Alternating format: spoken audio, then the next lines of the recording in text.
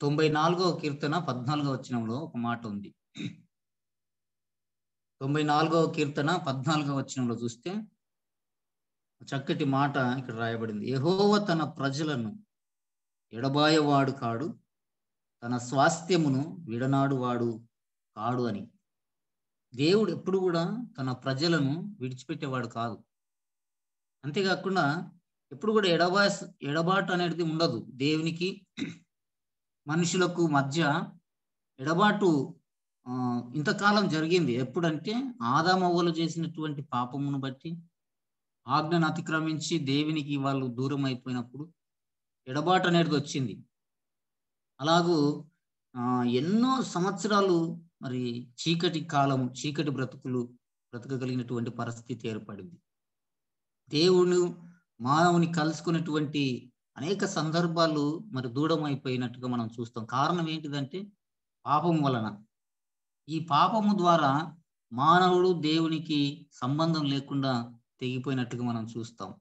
అయితే ఎప్పుడైతే యేసు ప్రభు మరి ఈ లోకంలోనికి ఒక మానవుడుగా అనుదించి, ఒక మానవుడుగా ఆ పరలోక రాజ్య సింహాసనాన్ని విడిచిపెట్టి అంతా కూడా భూమి మీదకి మానవుని కలుసుకోవడానికి, మానవునితో రిలేషన్షిప్, మానవునితో సంబంధం కలిగి ఉండడానికి దేవుడే మానవుడుగా భూమి మీదకి దిగి వచ్చాడు. అది మనందరం కూడా క్రిస్మస్ సెలబ్రేషన్ ఆనందంతో జరుపుకున్నాం. అయితే దేవుడు అంటున్నాడు, దేవుని వాక్యం అంటుంది, ఇంకెప్పుడు కూడా తన ప్రజలను ఎడబాయివాడు కాడు, తన స్వాస్థ్యమును విడనాడు వాడు ఎప్పుడు కూడా కాదు అని జ్ఞాపకం చేస్తున్నాను. తన ప్రజలంటే ఎవరంటే తనకిష్టమైనటువంటి వారు, తనకు ప్రేమ కలిగినటువంటి వారు, తన మాటలను అంగీకరించేవారు, తన ఆజ్ఞలకు లోబడి విధేయత చూపగలిగినటువంటి వారు తన ప్రజలు. స్వాస్థ్యం అంటే ఎవరంటే మనందరమే. దేవుని వాక్యం 127వ కీర్తన అంటాడు కదా, కుమారులు యెహోవా అనుగ్రహించినటువంటి స్వాస్థ్యము, మనము ఆయన ఇచ్చినటువంటి ఆస్తికర్తలం. కాబట్టి దేవుని వాక్యం ఏమంటదంటే తన ప్రజలను ఎప్పుడు కూడా ఇంకా ఎడబాయడు. ఒకవేళ దేవుని ఎడబాటు అనేది మానవుని జీవితంలో కలిగితే, దేవుని యొక్క స్వాస్థ్యం ఎప్పుడైతే విడిచిపెడతాడో అప్పుడు మన జీవితంలో భయంకరమైనటువంటి శ్రమలు, లేకపోతే అనేకమైన కష్టాలు కూడా ఎదురవుతూ ఉంటాయి. ఒక మాటను జ్ఞాపకం చేసుకుందాము. పేతురు యేసు ప్రభు నీళ్ళ మీద, సముద్రం మీద ప్రయాణం చేస్తున్న సమయంలో పేతురు ఏమంటాడంటే, నేను కూడా ప్రభువా నీలాగా నీళ్ళ మీద నడవాలి అనే ఆశను కలిగి ఉన్నప్పుడు పేతురు ఏం చేస్తాడంటే నీళ్ళ మీద నడవడానికి ప్రయత్నిస్తూ ఉంటాడు. పేతురు నడిచిరా అని దేవుడు సెలవిచ్చినప్పుడు పేతురు నీళ్ళ మీద నడుస్తున్నప్పుడు దేవుని ఎప్పుడైతే చూడగలిగినాడో, దేవుని వైపు ఎప్పుడైతే తన కన్నులు ఉన్నవో, చేతులు ఉన్నవో, అప్పుడు చక్కగా నీళ్ళ మీద ప్రయాణం చేసినట్టుగా మనం చూస్తాం. ఎప్పుడైతే పేతురు దేవుని వైపు చూడక నీళ్ళ వైపు కిందికి చూశాడో వెంటనే మునిగిపోవడానికి కారకుడైనట్టుగా మనం చూస్తాం. అక్కడ మనం గమనిస్తే దేవుని బిడ్డలుగా దేవుని వైపు మనం ఎప్పుడైతే చూడగలుగుతామో దేవుడు చక్కగా నడిపించగలుగుతాడు. అదే లోకం వైపు చూడగలిగితే మనం మునిగిపోవడానికి, అంటే అనేకమైన శ్రమలలో కృంగిపోవడానికి, బలహీనతలు కృంగిపోవడానికి, అనేకమైన సమస్యల్లో ఉండడానికి వీలుంటది అని జ్ఞాపకం చేస్తున్నాను. కాబట్టి దేవుని వాక్యములు సెలవిస్తున్నాడు, ఎప్పుడు కూడా తన బిడ్డలను ఎడబాయడు, తన స్వాస్థ్యమును ఎప్పుడు కూడా విడిచిపెట్టేవాడు కాదు అని జ్ఞాపకం చేస్తున్నాడు. శ్రమలు వచ్చినప్పుడు కానీ, మరి అనేకమైనటువంటి నిందలు మన జీవితంలో కలిగినప్పుడు కానీ, అనేక దుష్టులు మనల్ని వెంబడిస్తున్నప్పుడు, వెంటాడుతున్నప్పుడు కానీ, తీవ్రమైనటువంటి అనేకమైన సమస్యల్లో మనం ఉన్నప్పుడు కూడా దేవుడు మనల్ని విడిచిపెట్టేవాడు కాదు. మనకు తెలుసు, కరోనా వైరస్ వచ్చి ఎందరో చనిపోయారు. కరోనా వైరస్ ద్వారా గొప్ప గొప్ప వాళ్ళు చనిపోయారు. కానీ దేవుడు తన బిడ్డలను ఎప్పుడు కూడా విడిచిపెట్టలేదు. భయంకరమైన సమస్య వచ్చినప్పుడు, భయంకరమైనటువంటి వ్యాధులు వెంటాడుతున్నప్పుడు కూడా దేవుడు ఏనాడు కూడా మనల్ని విడిచిపెట్టలేదు.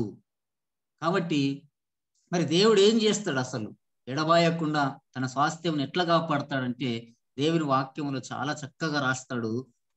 28వ కీర్తన 9వ వచనంలో చూస్తే, 28వ కీర్తన 9వ వచనంలో ఒక చక్కటి మాటలు రాయబడిన ఇందులో, నీ జనులను రక్షింపు, నీ స్వాస్థ్యమును ఆశీర్వాదింపు, వారికి కాపరివై నిత్యము వారిని ఉద్ధరింపు అని.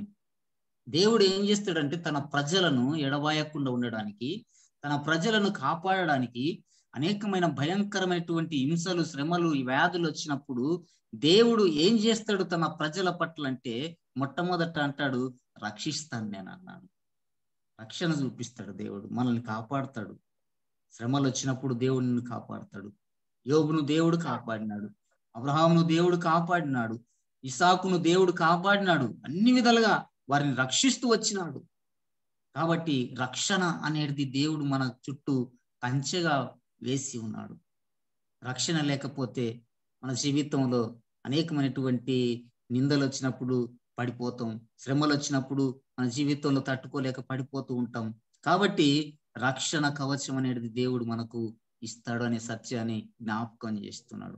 కాబట్టి ప్రియ దేవుని బిడ్డలారా, యేసు ప్రభు మన పట్ల ఎలాంటి అపారమైన ప్రేమ కలిగి ఉన్నాడంటే, ఆయన మన పట్ల చూపుతున్నటువంటి కృప ఏంటిదంటే, ఆయన రక్షణ ఇస్తూ ఉన్నాడు మన జీవితంలో. అందుకే దావీదు పట్టణమందు నేడు రక్షకుడు మీ కొరకు పుట్టి ఉన్నాడు. ఆయన మన కొరకు పుట్టినటువంటి దేవుడు, మన కొరకు మనల్ని రక్షించడానికి ఆయన వచ్చినటువంటి దేవుడు. ఈరోజు నూతనంగా గెలిచినటువంటి ఎమ్మెల్యేలు కానీ, మినిస్టర్లు గారు, వాళ్ళందరిని చూస్తే వాళ్ళకి సెక్రెట్ ఉంది. ఎందుకంటే వాళ్ళ ప్రాణ అపాయం నుంచి వారిని రక్షించడానికి, వారిని కాపాడడానికి ఒక రక్షణ అవసరమైనది. ఆ రక్షకుడే మన కొరకు భూమి మీదకి దిగి వచ్చి మనల్ని రక్షిస్తున్నట్టుగా మనం చూస్తూ ఉన్నాం.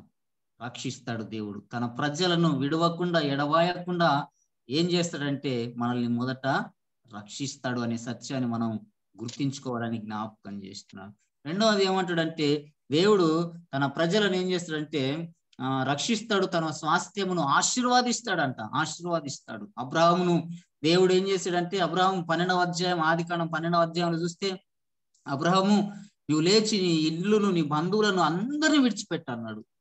అప్పుడు సమస్తమును విడిచిపెట్టి, అయ్యా మరి నేను ఎక్కడికి వెళ్ళాలి, నేనేం తినాలి, ఎలాగ ఉండాలి అని ఆలోచన చేయలేదు, అడగలేదు దేవుని.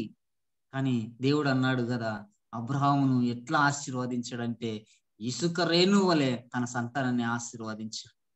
తన అడుగు పెట్టు స్థలాన్ని కూడా దేవుడు ఆశీర్వదించినాడు. తన ప్రజలను రక్షించేదే కాదు, తను ఆశీర్వదించే దేవుడై ఉన్నాడని సత్యాన్ని జ్ఞాపకం చేస్తున్నాను. ఆశీర్వదిస్తాడు దేవుడు. ఎంతగా ఆశీర్వదిస్తాడంటే, ఉన్నతమైన స్థితిలోనికి దేవుడు నిన్ను తీసుకుని వెళ్ళి నిన్ను గొప్పగా ఆశీర్వదిస్తాడు. అబ్రాహాము అన్ని వదులుకుని ఏమి లేనివాడుగా బయటకు వచ్చిన తర్వాత ఈరోజు ప్రపంచం అంతా కూడా, భూమి మీద ఉన్న ప్రతి మానవునికి ఒక విశ్వాసులకు తండ్రి అని పేరును దేవుడిచ్చాడంటే, దేవుడు ఎంత గొప్పగా అబ్రాహామును ఆశీర్వదించినాడు. కాబట్టి దేవుడు తన ప్రజలను ఎప్పుడు కూడా ఎడబాయాడు, విడిచిపెట్టేవాడు కాదు. కానీ ఆయన ఆశీర్వాదిస్తాడు అనే సత్యాన్ని జ్ఞాపకం చేస్తున్నాడు. మూడో విషయం కూడా అందులోనే జ్ఞాపకం చేస్తాడు. 28వ కీర్తన 9వ వచనంలో ఏమంటాడంటే, స్వాస్థ్యమును ఆశీర్వాదింపు, వారికి కాపరివై ఉంటాడంట. దావీదు భక్తుడు అంటాడు 23వ కీర్తనలో, యెహోవా నా కాపరి, నాకు లేమి కలగదు అంటాడు. దేవునిని మనం కాపరిగా ఉంచుకున్నప్పుడు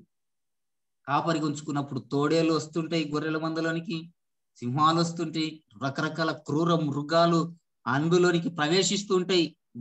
గొర్రెలను ఎత్తుకుని వెళ్ళాలని భయంకరమైనటువంటి పరిస్థితి ఎదురవుతూ ఉంటది. అలాంటి పరిస్థితుల్లో కూడా దేవుడు మనల్ని కాపరిగా ఉండి కాపాడతాడు. ఆయన కాపరి, యెహోవా నా కాపరి, నాకు లేమి కలగదు, నాకేం భయం లేదయ్యా, ఎందుకంటే నీవు నా కాపరి అయి ఉన్నావని సత్యాన్ని జ్ఞాపకం చేస్తున్నాడు. కాబట్టి ఈ నూతన సంవత్సరంలోనికి మనం ప్రవేశిస్తున్నప్పుడు దేవుడు తన బిడ్డల పట్ల ఎప్పుడు కూడా విడువడు, ఎడబాయడు. ఆయన విడవకుండా, ఎడబాయకుండా నిన్ను ఏం చేస్తాడంటే, మొదటగా నీ జీవితానికి నిన్ను రక్షిస్తాడు. రెండోదిగా దేవుడు నిన్ను ఆశీర్వాదిస్తాడనే సత్యాన్ని జ్ఞాపకం చేస్తున్నాడు.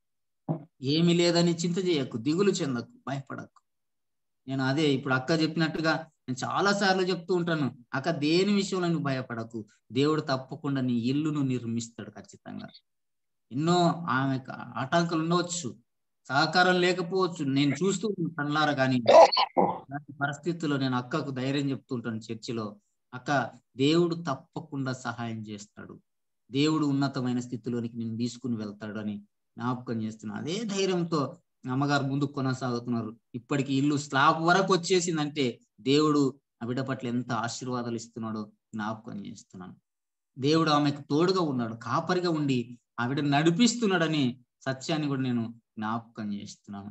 అదే మాట ఏమంటాడంటే, ఉద్ధరిస్తాడు మన జీవితంలో కృంగిపోయినప్పుడు, సమస్యల్లో నలిగిపోతున్నప్పుడు, అయ్యో నాకు ఇంక ఏమి లేదే దిగులు చెందుతున్నటువంటి పరిస్థితుల్లో దేవుడు ఏం చేస్తాడంటే నిన్ను ఉద్ధరిస్తాడంట.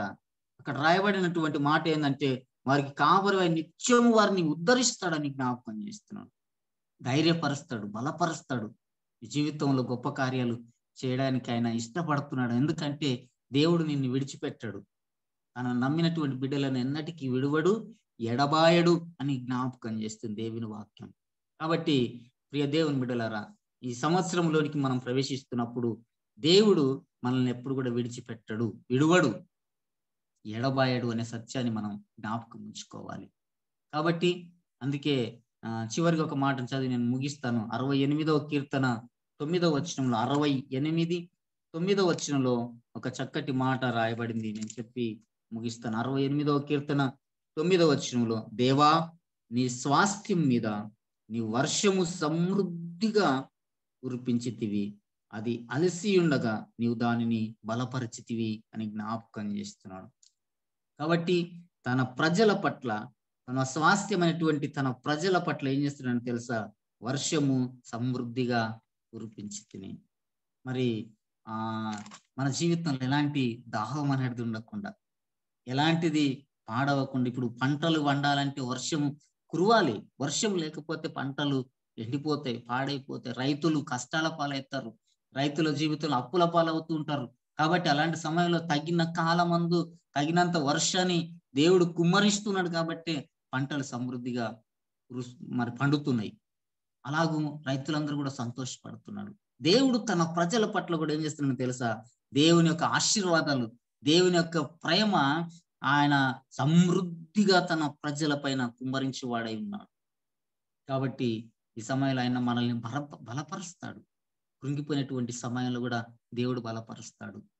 అలసిపోయినటువంటి సమయంలో ఆయన మనల్ని బలపరుస్తూ లేవనెత్తుతాడు. కాబట్టి ఉదయ కాలమందు నేను జ్ఞాపకం చేస్తున్నా ఏంటంటే, తన ప్రజలను ఎప్పుడు కూడా విడువడు అని జ్ఞాపకం చేసుకుంటున్నాను. మన జీవితంలో కొన్నిసార్లు తప్పిపోతాం. అయినా దావీదు తప్పిపోయినాడు.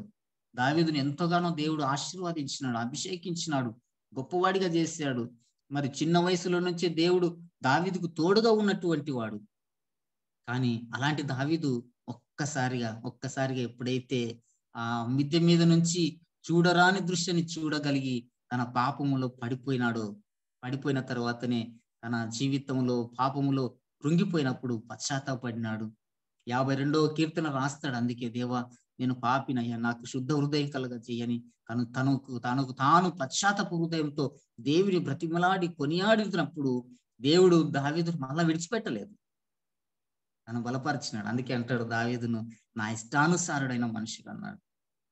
దేవుడు అరే నీవు ఒకసారి నిన్ను ఆశీర్వాదించాను, గొప్పవాడిగా చేశాను, నిన్ను రాజుగా చేశాను కదా, మరి నీవు ఈ తప్పు చేసావు కదా, నీవు వెళ్ళిపో అని చెప్పి దేవుడు విడిచిపెట్టలేదు. కానీ దేవుడు దావీదును ఎత్తుకున్నాడు, దేవుడు దావీదును బలపరిచినాడు, మరలా నూతన జీవితాన్నిచ్చి దావీదు నా ఇష్టానుసారమైన మనుషుడు అని జ్ఞాపకం చేశాడు. అంతగా దేవుడు మనల్ని కాపాడుతూ వచ్చినాడు, భద్రపరిచినాడు. నేను జ్ఞాపకం చేస్తున్నాను, 2023వ సంవత్సరంలో కూడా దేవుడు మనల్ని విడిచిపెట్టలేదు, ఎడబాయలేదు అన్నాడు. కూడా 2024లోనికి ప్రవేశిస్తున్నప్పుడు కూడా దేవుడు మనల్ని విడువడు, ఎడబాయడు, మనల్ని రక్షిస్తాడు, ఆశీర్వదిస్తాడు.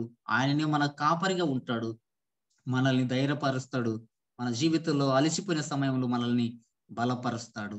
ఈ 5 లక్షణాలు దేవుడు మన నూతన సంవత్సరంలోనికి మన పట్ల ఆయన ప్రేమను కుమ్మరించబోతున్నాడు అనే సత్యాన్ని జ్ఞాపకం చేస్తూ దేవుడి మాటలు దీవించి ఆశీర్వదించు.